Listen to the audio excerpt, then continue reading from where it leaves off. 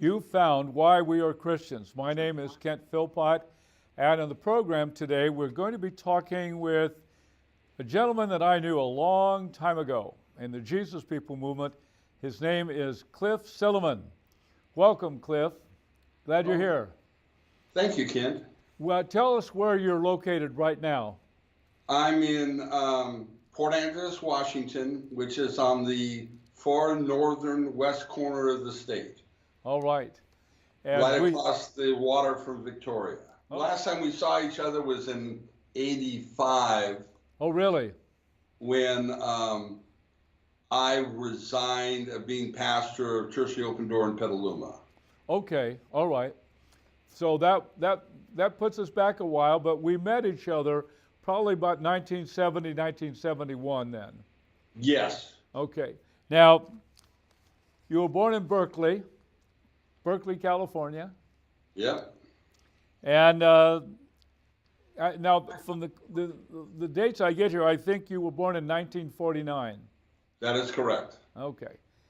I did take math in high school. And you went So I'm 69 now. Okay, you're 69. So you went to Albany High School. Mm-hmm. And I see you, you've got a couple of degrees, Moody Bible Institute, the Marin School of the Bible. I hadn't remembered, Cliff, that we did that school. Santa Rosa Junior College and the California Graduate School of Theology. So tell us about you and your family growing up. What was that all about? Well, when my parents divorced when my mom was pregnant with me, and my father left the state so he didn't have to pay child support. And I never knew my father. He died when I was 16. And one of my childhood goals as a young boy was to turn 18, go and find him and punch him in the nose. But, a worthy goal, Cliff. Well, you got to start somewhere. Yeah. And so my mom moved back in with her parents. And she got a job. My grandfather worked. I have an older brother who's 2.5 years older than I am. And we grew up in the back bedroom, and my mom slept on the couch in the living room, and my grandmother pretty much raised me because my mom was gone. Yeah. And my grandmother, now we would know she was mentally ill, but in the 50s, nobody talked that way. We would say she had spells, but my grandfather was working for Papco Paints, Papco Fiberboard in Emeryville, was a foreman, made really good money. So we had a maid housekeeper come in every Friday and kind of help her. And, we lived a block from the school, so my brother and I would come home for lunch, and, my grandmother would have, sandwiches for us and stuff. But it was hard growing up because totally different than today. We were the only kids in our grammar school from a single parent home. Mm-hmm. Everybody else had two parents, and our school would have father and, son banquets and stuff, and a neighborhood, father, one of my friends would bring me, and I won the door prize every year. And I'm pretty sure it was rigged because people felt sorry for me not having a dad.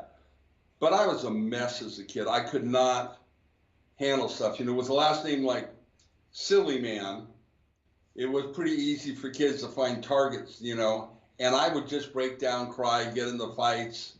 And it was always kids 2 or 3 years older, and I'd get beat up. I learned all the tricks to, heal up black eyes, the steak and so I didn't do well. And it wasn't until I got into sports that I could kind of hold that off. And then when I turned 13, I had a growth spurt. And I now was no longer smaller than the other kids. Yeah, you were bigger than most of the kids after that. And you were always a big man. Yeah. Our high school, Albany High School, Albany at that time had no middle school. So high school started in 8th grade. So you'd be in PE with 12th graders, guys that were 18, and you were 12 and 13. I had the same thing growing up in LA. Same thing, Cliff. Now, And one thing the- here you say is, you said my mom kept us as far away from churches and religion as possible. yeah, my mother at some point had an issue with the church. And until her dying day, I never figured out, and my brother did not know, what happened that caused her to be that ferocious in her dislike for church. And so, I mean, we never, Easter, Christmas was just kind of odd. I can remember being it was 6th or 7th grade, and we're getting ready to take our Easter break, and I asked one of my Catholic friends, what's the deal? If this Jesus guy is really a good guy, why do the day that he gets killed, do we call it Good Friday? And my Catholic friend couldn't, he just looked at me like I was crazy and, went back to whatever he was doing. So I had no, my gospel message that I probably got at that point was from, watching him or Gantry in the movie theater. I had no understanding at all, so I was like 16, before I ever went into church. Now, and you said here, going to a wedding at age 16 was the first time I'd ever been in church. Right. And that was at the chapel out at St. Mary's College in Moraga there. And one of my cousins got married out there. Okay. But I had no, nice windows, but that was about, the extent of my understanding. Right, Cliff. Now, of course, I'm referring to the form that you filled out for us that we sent you. And your early contact with the gospel was Holy Hubert. Holy Yes. Hubert, a guy that had memorized the Bible. And I remember Holy Hubert preaching at steps of Sproul Hall, at the gates at Sproul Hall. He had no Yeah. teeth because of all the fights. I remember Blackie Smith and I, you remember Blackie? Mm-hmm. We bodyguarded for him one time. They had to go through us to get to Holy Hubert. So you heard the gospel from Holy Hubert in Berkeley on Telegraph Avenue. Yeah, and Hubert, over the time as I got there and I got more involved in drugs and in selling drugs, Hubert would look me up every day. He would walk and find me and tell me that I was going to hell and beg me to stop taking people with me. Cliff, I never knew that. And There was a guy with no fear, Hubert. Yeah, and he'd do things like he'd hand you the Bible and say, pick a verse, pick any verse. And guys, that had some Bible knowledge, go to Numbers and, pick out, a long thing of begats and stuff and give it to him. He would have it memorized, say it, and then whatever they gave him, that was the beginning of his message. And he'd start that way. It was like, boy, that guy's, he's got the thing memorized. I don't know about any of this other stuff, but he definitely, a brilliant, though he didn't look it, brilliant man to be able to do that. No, right. Wasn't that a big man? No. And he was a peaceful 5'9", a peaceful man, but he just had a lot of courage. He had a lot of zeal to preach to the hippies and the radicals at Berkeley. I saw him get shot. Really? By a .22. They arrest the guy. Hubert gets with one of the guys on the staff named Galen, gets taken in an ambulance. The next night, Hubert is there with he had a convertible platform that he would bring with him. And he was in the same spot that he got shot with the guy who shot him, who he had gone. He got the ambulance driver to take him to the jail. Hubert bailed the guy out and led him to Christ, and they were back on the street the next night. Cliff. And it's like, what a story. I think I remember you telling that story before, but I had forgotten it for 30 years. We loved the guy. We just loved Hubert, and there's people over in Berkeley that are doing what he used to do. So now you were 19 years old at this point. right. Now, how is it that you actually became a Christian? I had gotten really heavy into drugs, and for 3 years. I took LSD daily for 3 years, except for the days I was in jail.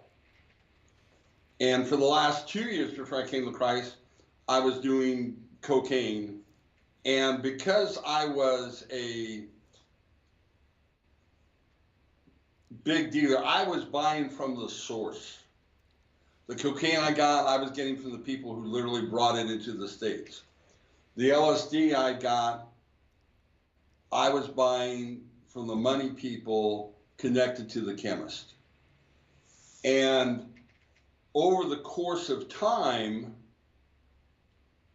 I started seeing all the hypocrisy. We're hippies. We got long hair.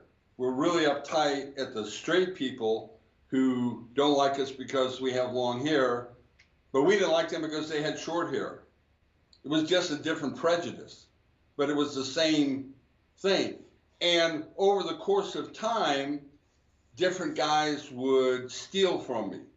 I'd buy marijuana in large quantities, and the weight would not be quite there.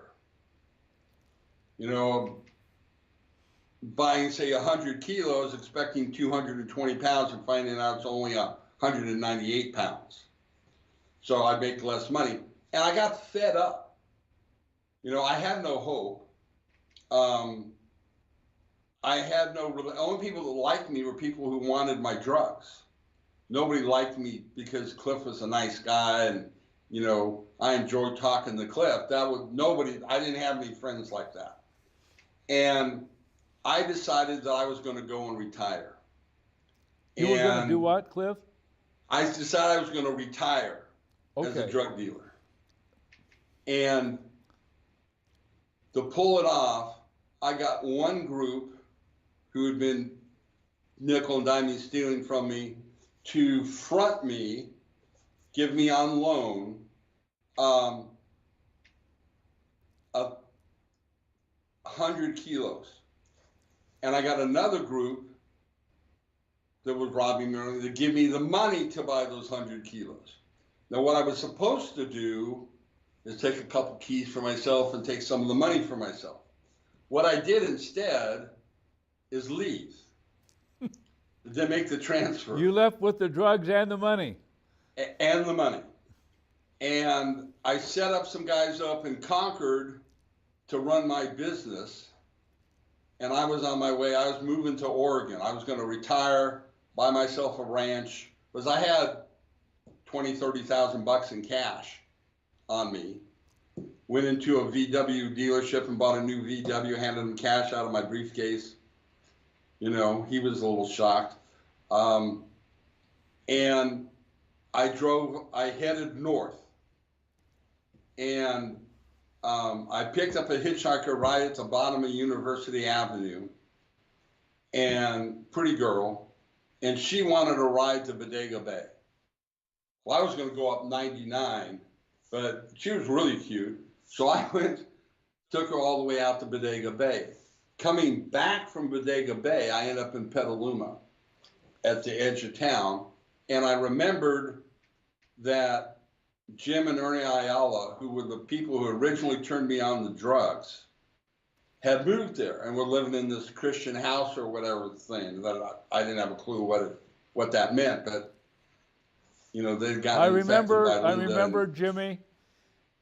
And Ernie, I knew Jimmy very well because he was always around our house because the woman he married, Linda, lived with us in our Christian house. And so Jimmy was around. And I think I did the wedding ceremony for Jimmy and Linda. I think You I did. married, I married them. And Catherine, they had a double wedding. Yes. And so I'm in this gas station. I don't have a phone number. I don't have an address. Right? But, Petaluma at the time was probably 15,000 people. So it's in the old days, the guy's pumping the gas for me, and it's a young kid, 18, 19. And I asked him, I said, have you ever heard of this place called Baraka House? And he goes, yeah, it's right next door to my mother's, and gives me directions. I've got to stop. Baraka House, we started that, Paul Bryant started out. It was one of our second or third Christian house. It was started in San Anselmo, and Greg Beamer and a number of the guys, we started Christian house there.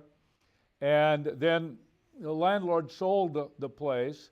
And so we went up to Petaluma and rented out a 6 or 7 acre farm. And so that became Barak House. It was just up in Petaluma instead of San Anselmo. And that's where you caught up with Barak House. By the way, Barak House means house of blessing in Hebrew. House of blessing. So continue, Cliff. Okay. Okay. So I drive up and park, knock on the door, and Gary Bartholomew opens the door for me. And he was one of the 2 elders at the time in the house. Invites me, and I walk in. I tell him I'm looking for Ernie and Jimmy. They were with you getting counseling before their wedding. It was Wednesday, and they were getting married that week on Saturday. So I was counseling them. Yeah, okay. Being talked to, and I walk in the living room, and there's this gasp because of the 8 or 9 guys there, 3 of them had bought drugs from me. And realized who I was, and so they said, well, Luke should be back soon, stay, so I stayed. Jim and Ernie showed up, and we had dinner with them, and no one witnessed to me. No one talked to me about Jesus. No one asked me if I knew Jesus. No one did anything, zip. And my sense was they were afraid of me. And I told Jimmy and Ernie about what I had done with the people, because they kind of knew these people from the streets that I had stolen the money and the drugs from. And they said, well, there's probably some guys looking for you with some ill will. And I said, well, that's more than likely true. And so we had that conversation. But again, no one witnessed to me. But I started sensing a real difference between them and me. And I sensed that they were in the light. And the way I felt is like I had built a closet and I forgot to put a light in it. And there were holes in the floor. And I couldn't see them. And it's just by, fate, luck, whatever, that I hadn't fallen in a hole and destroyed myself. And I couldn't handle it. I mean, it was like I was a nervous wreck. And I said, and they said, well, stay until the wedding. No one's going to look for you in a Christian house. And I said, well, I'll come to the wedding, but I can't stay here. And they didn't really ask why. I said, I'm just too uncomfortable. And I left. I said, I'll come back Friday morning. We'll use my car. We'll rent a trailer, hold behind my car, and I'll help you guys move. Because the 2 couples moved into a duplex together. And what I didn't know, as soon as I walked out the door, the guys in the house committed themselves to pray for me, realizing it might be one, Jim and Ernie's last chance to see me, but also the fact that people wanted to kill me, that I might not make it. It was good now or never. And they committed to pray until I came back. So they prayed from Wednesday evening to Friday morning, nonstop, the whole house. And I just spent the day and a half driving around the Bay Area, not staying anywhere too long. You know, I'd stay in a cheap motel or something, and then, so I got over. I feel better now. I'm not that, whatever that religious feeling was. You know, I've gotten over that. I'm okay now, and I'm in a Shell gas station in Martinez, and a Berkeley police officer pulls in on his way to work. And I was on a first name basis with the police department. And he comes over and says, "Yeah, how's it going, Cliff?" And I say, "You know, I'm done. I'm retiring. I'm moving to Oregon. I'm not going to be a headache for you anymore." And this officer was the beat cop on Telegraph Avenue. And he said, "Well, if you're going to leave and I'm not going to see you, I need to tell you something. When I applied to be the beat cop on Telegraph Avenue, God told me that he had a plan for your life and that I was to protect you." Wow. So I'm like, what? Wait a minute. Now, City Cliff, of you're not Berkeley- making this up, are you? No. That really happened. Yeah. Stuff like that happened. Stuff like that happened in the Jesus People movement. You got converted. We haven't got the whole story here, but you got converted in the Jesus People movement. Started about 1967, went to 1972, 1975, depending on who you talk to. But those kind of miracles were common. Common. Okay, so this cop says, what did he? You've got a quote here. I can't find it. He said, "Cliff, God has plans for you." And then you say, confusion set in. Tell me about the confusion. Well, again, I've just gotten over, you know, from this light and darkness, from being a Baraka house, and now it was back full force again. You know, maybe there is a God out there. You know, I mean, I don't know. I don't have any, you know, context to understand. And, you know, I've never read the Bible. I may have picked it up, you know, one time and read the first 2 chapters of Genesis or something and went, wow, that's a wild story. And, you know, I mean, my New Testament knowledge, you know, had to do with, you know, the greatest story ever told and Elmer Gantry. You know, I didn't have any, you know, never read Gospel, nothing. And so it's just like, what's going on? You know, why is there this chasm? Why is there this light and darkness stuff at all? I mean, I wasn't, you know, even though I was, you know, a hippie of some sort, I wasn't into, you know, Eastern religions or that. You know, I just wanted my drugs. And I mean, I got into selling drugs because I could get them cheaper that way. Started out buying 100 tablets of LSD for half price. So I sold 50, made my money back, and took the other 50. You weren't the only one. And so it's like, I don't know what to do with this. I don't know how to process it. It's just confusion. And so morning comes, I drive back to Baraka House, and I've calmed down again. So I pick up, and they say, "Well, come and eat breakfast, and then we'll go." So I'm sitting there while they're making breakfast, and over on the corner coffee table is a newsletter pamphlet put out by Christian World Liberation Fund called Right On. Right on. Pat Matriciana and the boys, Jack Sparks. Yeah. And down in the lower corner, they had this quote: "You're not sure Jesus is real? Ask him. If he doesn't answer you, you can go on your way. But if he does, you have to give him your whole life." And that went into the thick skull, past the drugs, past the confusion, and broke in. So we're moving. I'm going down to your house, getting stuff from Linda and Kathy. I'm getting stuff from Barack House, and we're moving into this duplex in Petaluma. We're making the last trip of the day up from your house, and we're driving up 101, and we're right by the Novato airport. And I start getting those religious feelings again. Still nobody's witnessed to me. Nobody's shared the 4 spiritual laws with me. Zip. And I go, I'm feeling this again. I'm just going to ask. I'm not stupid. If Jesus is really real, if he's really still alive, I'd be crazy not to know him and give him my whole life. So I said, Jesus, if you can be real to me.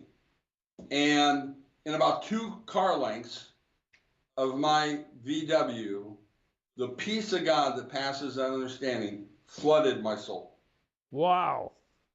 Cliff. More powerful than any drug I'd ever taken. The intensity of it was mind-boggling to me. And I didn't say, Jimmy was in the car with me. I didn't say anything to him. I'm just soaking it in. He's driving. And because I've been driving back and forth all day, he said, I'll drive. And we get into Petaluma, and you go down this big hill as you get into town. Yes, I know. And there at the bottom is the old highway, and you can take that into town.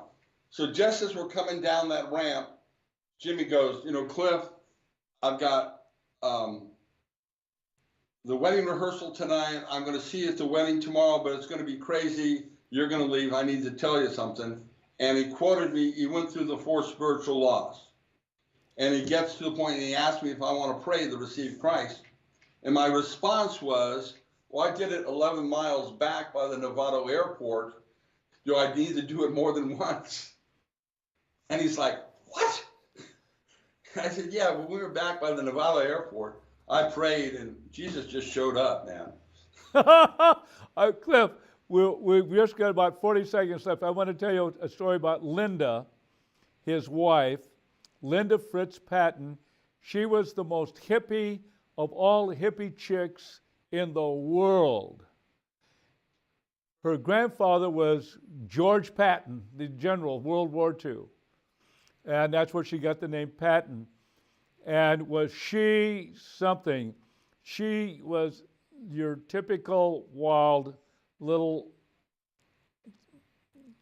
pretty little hippie chick, and she went through all that. And was she ever something? All right, Cliff, we got to stop this is the ending of our first half, but Cliff and I will be back for part 2.